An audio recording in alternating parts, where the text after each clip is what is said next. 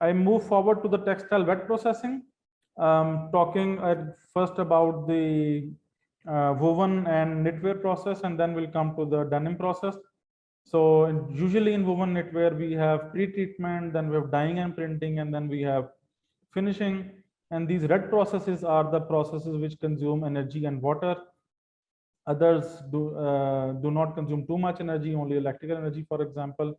In this case, we start with shearing, combing, singeing, desizing, scouring and bleaching, or solomatic bleaching. Then we go for washing, mercerizing, drying. Then we use stanter for pre-treatment, and shrinking is controlled there. Then we go to dyeing and printing, where we have dyeing process, which consumes a lot of energy. In printing process, we have curing process, which consumes thermal energy a little bit. In finishing, stanter is the bigger energy consumer, and then we have some chemical treatments, which are listed here, conducted to attain certain finishes or certain types of effects on the fabric. Um, so a general pre-treatment, as we see, is starts with singeing, desizing, batching everything together, then post desizing washes.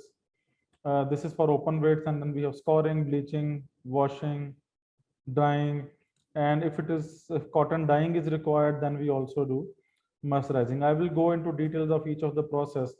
So singeing is a process where flame is applied in two areas, sometimes in only one area, depending on what kind of finish is required.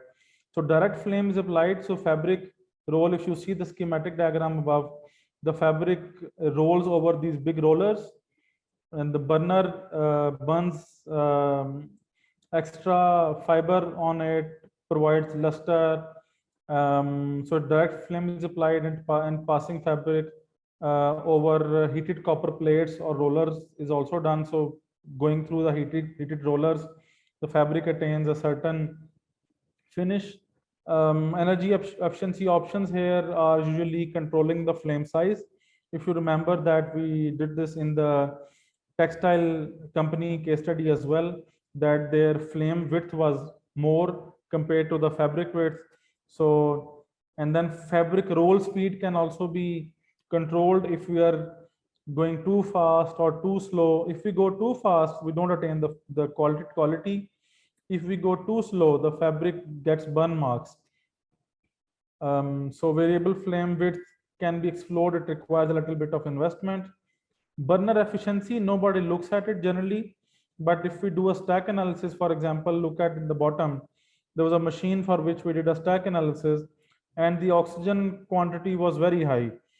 The thing is that if we have too high oxygen, it carries too high flue gas temperature as well, and because the air supply is very quick, so we need to control it. If we control it, control the oxygen quantity and maintain the air fuel ratio, that is where we can improve the flue gas temperature. You can say carbon dioxide is very low and oxygen is very high. So these are some things that we can look at. How do we control the Mm. oxygen and CO2? How do we Mm. measure? Is there any sensor or how to do that? Stack analysis. Just put a stack analyzer in the exhaust chimney. The singeing machine has an exhaust chimney which throws out air, and this air is taken directly from this burner, which is going. The smoke is going up, and the chimney is going out of the factory. So you do a stack analysis there, and you measure the oxygen quantity there and the flue gas temperature as well. That is where we can see if the optimization can be done, and optimization will be done at the burner side. Obviously, we'll have to control the air and fuel ratio. Also, it is important to alongside have a look at the fabric quality as well.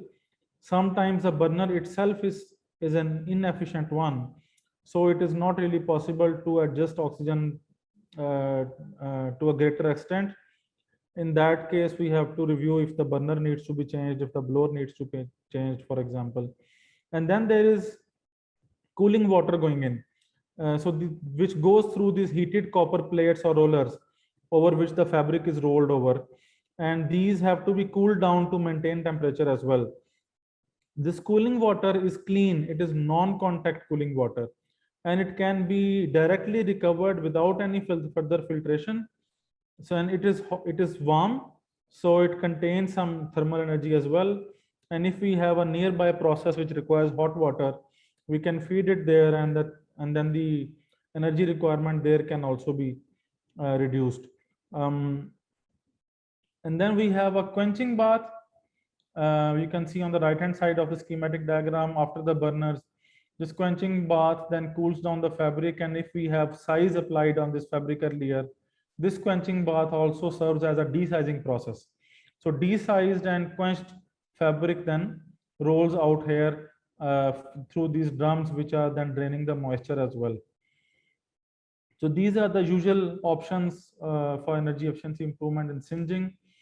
As I said, in desizing process, if singeing is done, then the desizing is conducted in the final bath of the singeing, but this is normally done on denim. Otherwise, desizing is a separate process where we have to do desizing.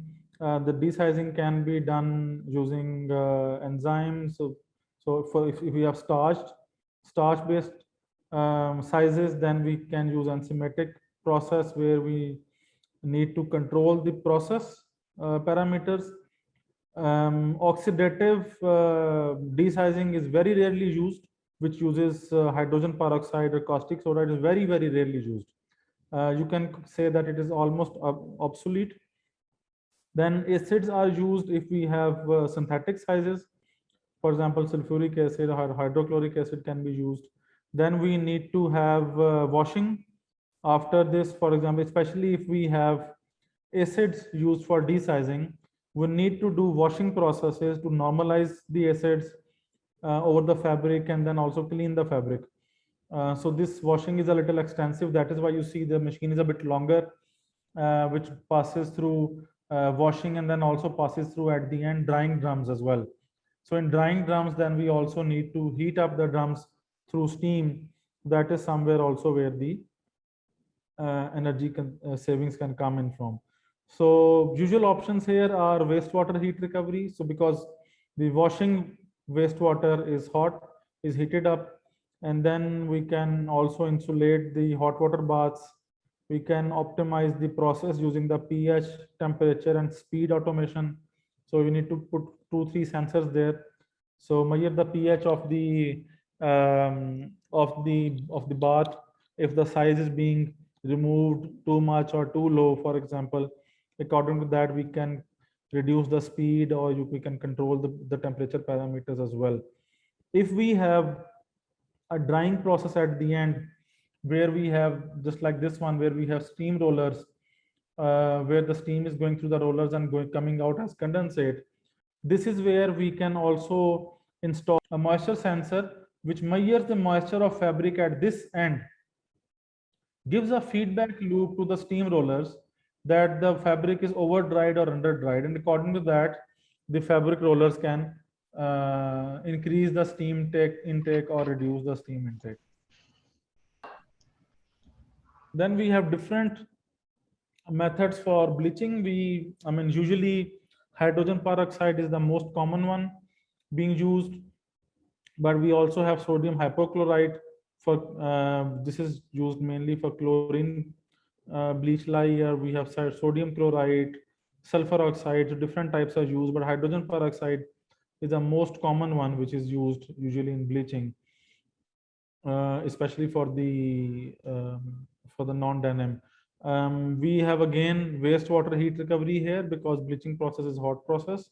A lot of process is heated. The temperatures are usually nearing 100 degrees Celsius, sometimes above that. So the wastewater that goes out, big potential of recovering heat from there. But the main issue would be the pH and the content of hydrogen chloride or other bleaching agents in the wastewater. So we might need to consider the material of the heat exchanger in this case. And usually the payback is around 6 months to 1 year.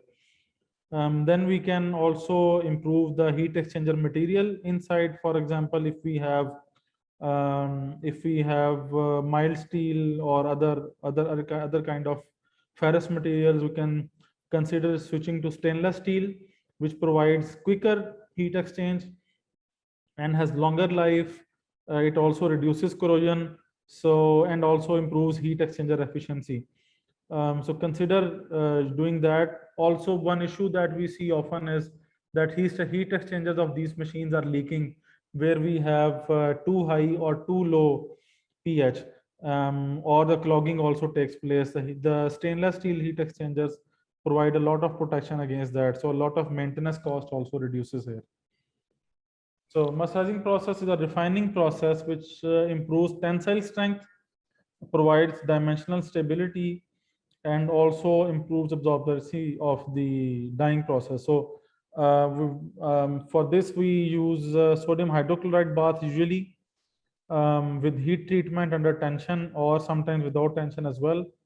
After the sodium hydrochloride treatment in hot bath usually, then we do neutralization using an acid, and then we do washing processes.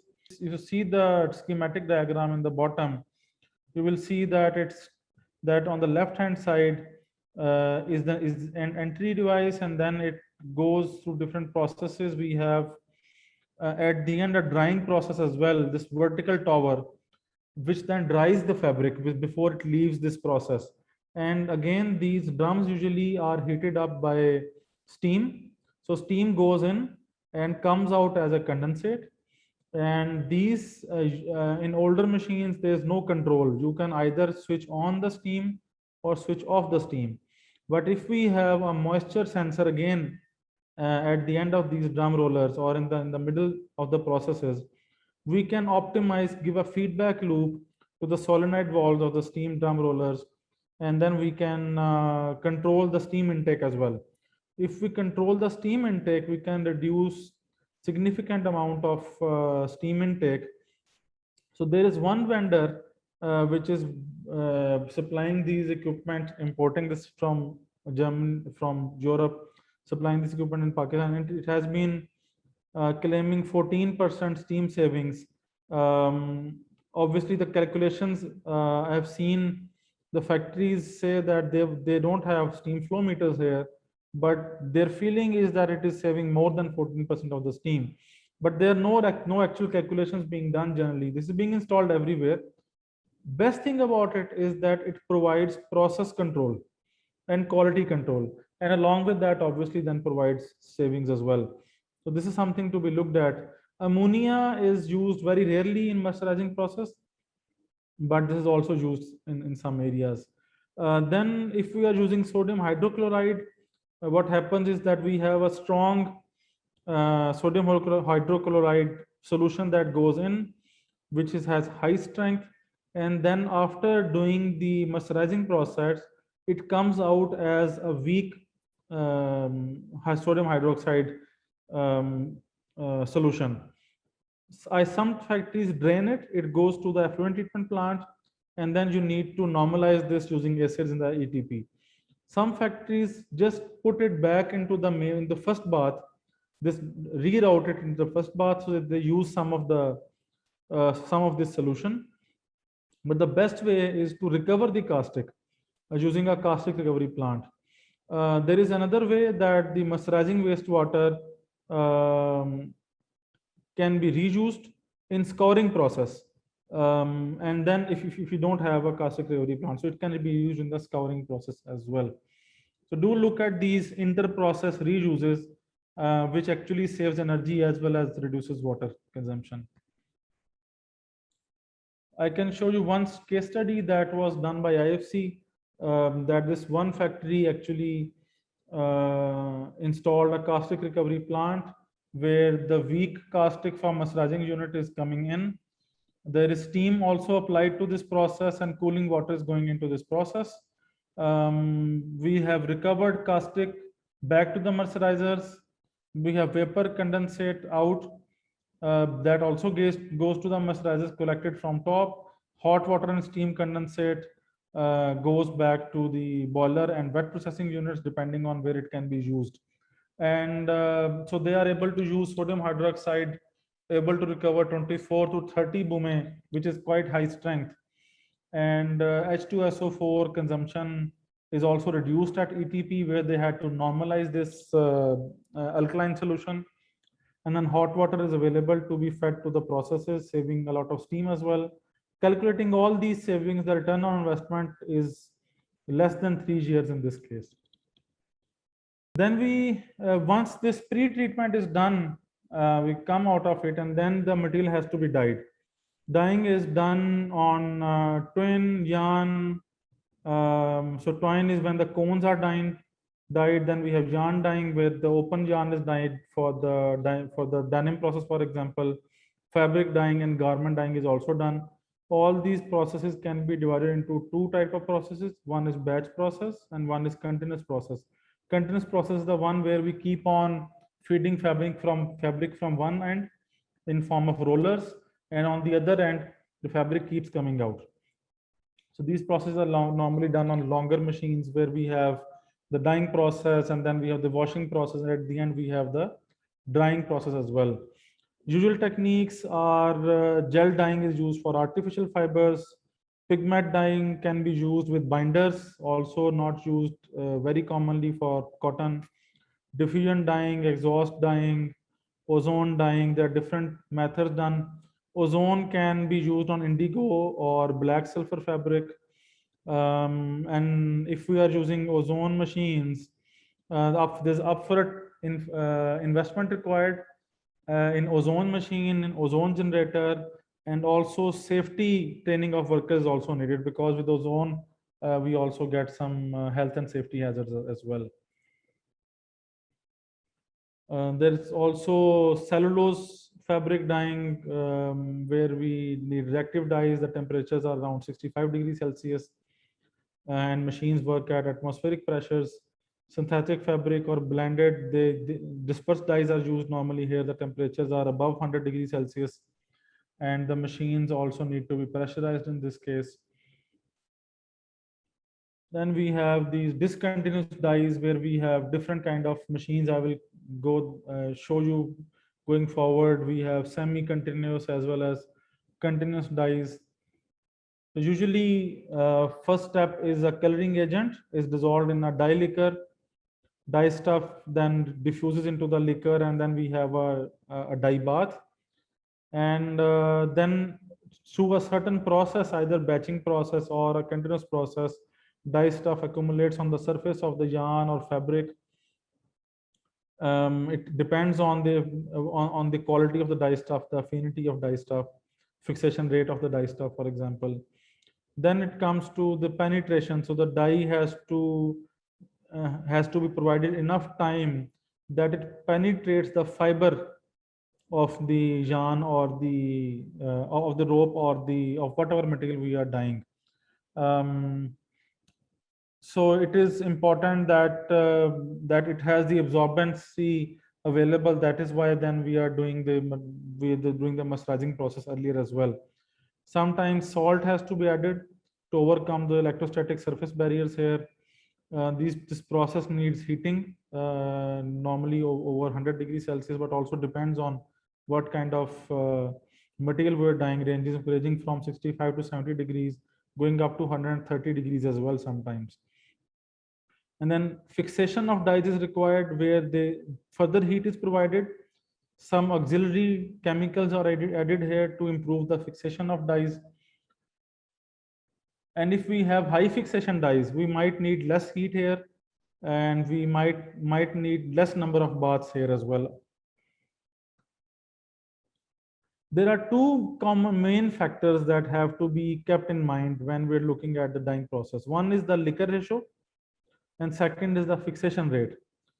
So liquor ratio is the ratio of quantity of fabric to the dye bath liquor. So kg of fabric into the kg of kg or liters of the liquor or the dye bath that we have prepared.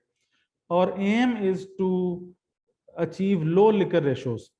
For example, if we have 200 kg of fabric and we have 1400 liter of dye bath, and we have a liquor ratio of 1:7. And then we come to the fixation rate. That is the percentage of dye used that remains on the material to be dyed. So if we are, for example, feeding in 10 kg of dye and 70 kg of the dye goes into the wastewater and 30 kg remains on the fabric, then we have a fixation rate of 30%. And different extraction or fixation rates are there depending on what kind of process we are using, how much heat we are using, different kind of chemicals or dyes that are being used. So fixation rates vary. We have different kind of batch dyeing machines. We have bobbin dyeing. This is the process that Donato was discussing last time, where we have these bobbins or cones stacked into the machines, and there is water going from inside out or outside in. And we have in the bobbin dyeing usually the bath to 1 bath to the cone or the yarn ratio is 1:8 to 1:15. If we have hank dyeing, then we have 1:12 or 1:24 liquor ratio. So this is a process which is used for fabric dyeing. So on the left hand side we have beam dyeing, where we load the beam roller into the machine, and it is dyed while the beam is static and the dye is pumped. On the right hand side we have a jig dyeing, where the beam is loaded and the fabric unrolls on the beam and then the re-rolls on the second beam.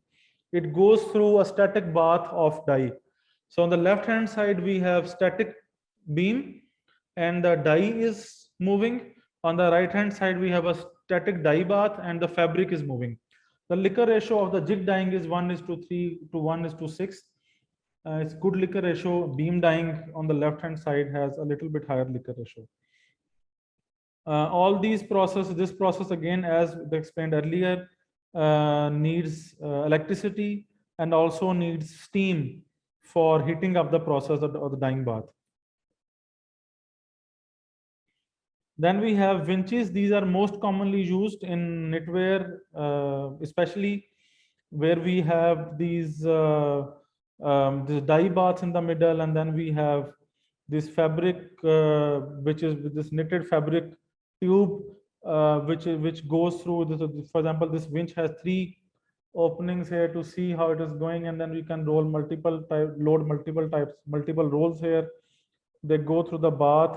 Outside the machine is the loading and unloading reel, and so it goes through the dyeing bath and comes out. So that is how the fabric keeps on rotating.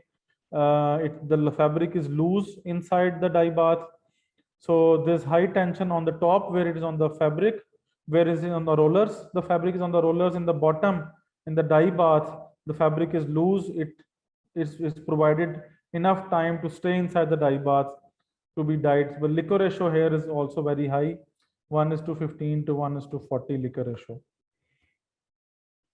Then we have jet dyeing, pretty similar to winch dyeing, but in this one we can have many knitted tubes that we can put in. Liquor ratio is much better than the winch dyeing in this case. These are also called soft flow machines. You can see in the bottom, the flow of fabric is very soft. It is provided even more time compared to winch dyeing. Again, it includes heating process, it includes cooling process. So these batch machines, all these batch machines that we're talking about, they have multiple processes inside one machine. So first of all, you would prepare a dye bath. You will heat up the dye bath. So it takes time in heating up the dye bath. Once dye bath is heated up, then you start the dyeing process. Once it is done, the leftover wastewater is released. Then you load again washing water, and the rinsing is done. And then you do hot water washing, and then you do cold water washing. So there's a lot of rinsing and washing and cooling done here, and then the fabric comes out. So this is what is done in all of these. But the fabric that comes out of these machines is wet. There is no process of drying the fabric inside these machines. So there are no dryers. It's all wet process. Some baths are cold, some baths are warm. And for each warm bath, you have to wait for the process to heat up to a certain degree Celsius, and then you can start rolling the fabric. So this is one drawback of these batch machines. The wastewater that comes out In older machines, hot bath, cold bath, all the baths would be drained from the same wastewater channel. But there are new machines coming up, or even as Donato last time also explained, that you can also put sensors with the wastewater that is going out. Put sensors if it is a cold wastewater going out, it redirects to a certain cold wastewater drain. If it is hot wastewater going out, it redirects to the hot wastewater drain, and then we can do a wastewater heat recovery there as well. I have put together only commonly used machines, so that, I mean, the process generally is same. It's just that with the changing technology, the liquor ratio is improving. You can load multiple fabric tubes on it, for example, if it is knitted, or and you can, have better control of the process with new machines. That is only what is improving with it. Then we have these feed through dyeing machines, which are continuous dyeing machines. You can see on the left hand side, the fabric is entered in the schematic diagram. It goes to the dye pad, then it passes through the air, where we provide it enough time fix to do the fixation. Then it goes to the infrared, where we do some electrical flux. So then we have the hot bath, we have chemical pad to improve the fixation. Then in the steaming, this is the process where we apply steam to the fabric, and then to our rollers. And then we have this rinsing, oxidation, soaping, rinsing, neutralizing processes. All these processes are done for the dyeing machines. In these machines, the biggest usually possibility is to provide a counterflow. So usually this dyeing process is not only one pad. Sometimes we have multiple dye baths. 7 to 8 dye baths are there. So what we can do is we instead of entering fresh water in the first dye bath, we can enter fresh water in the last dye bath, and then this water flows from last dye bath towards first dye bath using gravity or using pumps. So always the water is entered into the last dye bath, and exited from the first dye bath. Through this way, we can save the water quantity, chemical quantity, as well as heat required for the dyeing process. That is called counterflow dyeing. So energy efficiency options in dyeing machines generally is, for example, if we use low TDS means total dissolved solids. If we use water with low TDS for dyeing as well as post-dyeing operations, we can reduce the quantity of dyes, chemicals, and auxiliaries. We can reduce the process time. We can reduce the heat required for fixation processes as well. And we can also reduce the liquor ratio. And with the reduction of liquor ratio comes the big benefit of reducing the energy required, electrical as well as thermal energy required. Because if you ever in areas where water quality is bad, if you go there, let's talk about residential water supplies. If you go to areas where water quality is bad and you try to wash your hands or wash your face or even wash your clothes, you need to apply more soap, because hard water has low absorbency in it, so it cannot absorb a lot of other things, because it already has high total dissolved solids. So it needs more soap to take in for washing process. So if the soap sticks to your hand, you're trying to wash it and the soap is not coming off very quickly. But if you wash your hands with normal good quality water or normal drinking quality water, the soap comes off pretty quickly. So same is the problem with the dyeing process as well, dyeing as well as washing process. If the total dissolved solid quantity is high, then you need more chemicals. If it is low, then you need less chemicals.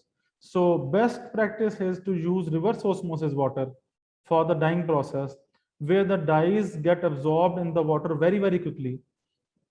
So you need less time for absorbency, you need less time for the dyeing process as well, and hence the less liquor ratio as well. Then improving heat exchanger material. So inside these machines, steam is going in, it goes through heat exchangers, heats up the dye bath, and comes out as the condensate. So these again, as discussed earlier, you can improve the heat exchanger material, go towards aluminium or copper or stainless steel. These are expensive ones, but they provide good heat exchange and also have very less incidents of leakages or corrosion. Then low liquor ratio and use of high fixation dyes. So if we are using high fixation dyes, these dyes normally fix very quickly. So we need less number of baths. I've seen often that the number of dyeing baths and number of washing baths have reduced to 50% if the high fixation dyes are applied, especially in denim process where rope is being dyed. High fixation dyes has cut down water input by 50% in dyeing process and in washing process. And consequently, it means 50% less energy consumption and 50% less process water time as well, process time as well. Then improve insulation of machines. As you can see on the right hand side, I did a thermal image of this one machine, and you can see that there are many areas of the machine which are at 120, 130 degrees Celsius. This is temperature leaking. So this is heat dissipating from the machines. So improving this insulation. So machine insulation is more expensive compared to insulating the steam lines or valves, but it does bring fruits, but it also improves the health and safety, the improves the environmental temperature. So if we have covered these, there are other benefits which are indirect. For example, we need less cooling or less ventilation now. There will be less accidents cause of reduction of contact with the hot surfaces, for example. Then big point is wastewater heat recovery. If we have a continuous machine like this one, wastewater heat recovery is quite easy. If we have this kind of batch machines, it is a little bit critical, little bit difficult, but this was discussed already in detail last time, so I won't go into detail of this. We already have discussed cooling water recovery and reuse for singeing as well, which is also easily applicable in these processes as well. Usually the cooling here is applied in these continuous machines. The cooling is applied in the process continuously in some areas where cooling is required. However, in these kind of batch machines, cooling water enters into the machine after the process is completed. So they have to cool down the machine, and then they can so that they can prepare the machine for the next batch to be loaded. This cooling water can be recovered. Then there is washing water as well. So once we have completed one process, then we actually wash the machine from inside. So the first washing that we do without fabric, so the machine is loaded with water and washed without fabric. This first wash is not recoverable, but then we do another wash, and this water is usually clean and can be used again in the next bath as well, but we need to have a washing water recovery unit as well for in that case. Then switching to cold pad batch. This is a new technology, emerging technology. It reduces energy and water consumption by 50%. It does not require salt, hence reducing the pollution load. And there's no abrasion required on the fabric, so the dyed fabric has smoother surfaces as well. But obviously not every process can be switched to cold pad batch dyeing. Not every reactive dyeing setup can be converted. So there are some limitations. Obviously, one has to look towards those limitations as well. As you can see that my first line of this slide says that it is not possible to switch to CPB for all of the all kind of dyeing processes. Number one, it is to only reactive dyeing can be done on this. Non-reactive dyeing cannot be done on this. So this is very important because we're not heating up the dye baths to 65, 70 or 80 degrees Celsius, but rather we're doing the dyeing process at around 50 to 55 degrees Celsius in most of the cases. So It is important to know that we cannot shift all of these, but we can only shift reactive dyeing, but obviously not all of those. As you also said that a high precision and control is required, the process is slower. So I do not recommend that the factories totally shift on cold pad batch dyeing. This can only be done on batch dyeing, as you can see from the name. The continuous dyeing machines cannot be shifted. So only the batch dyeing machines can be shifted. The best way is to go for a machine that allows for using cold pad batch for a newer technology rather than converting the older technology machines. But never just recommend factories to shift to cold pad batch dyeing. Cold pad batch dyeing here is only shared as an information that this is one of the processes. It is very important to look at the process quality parameters.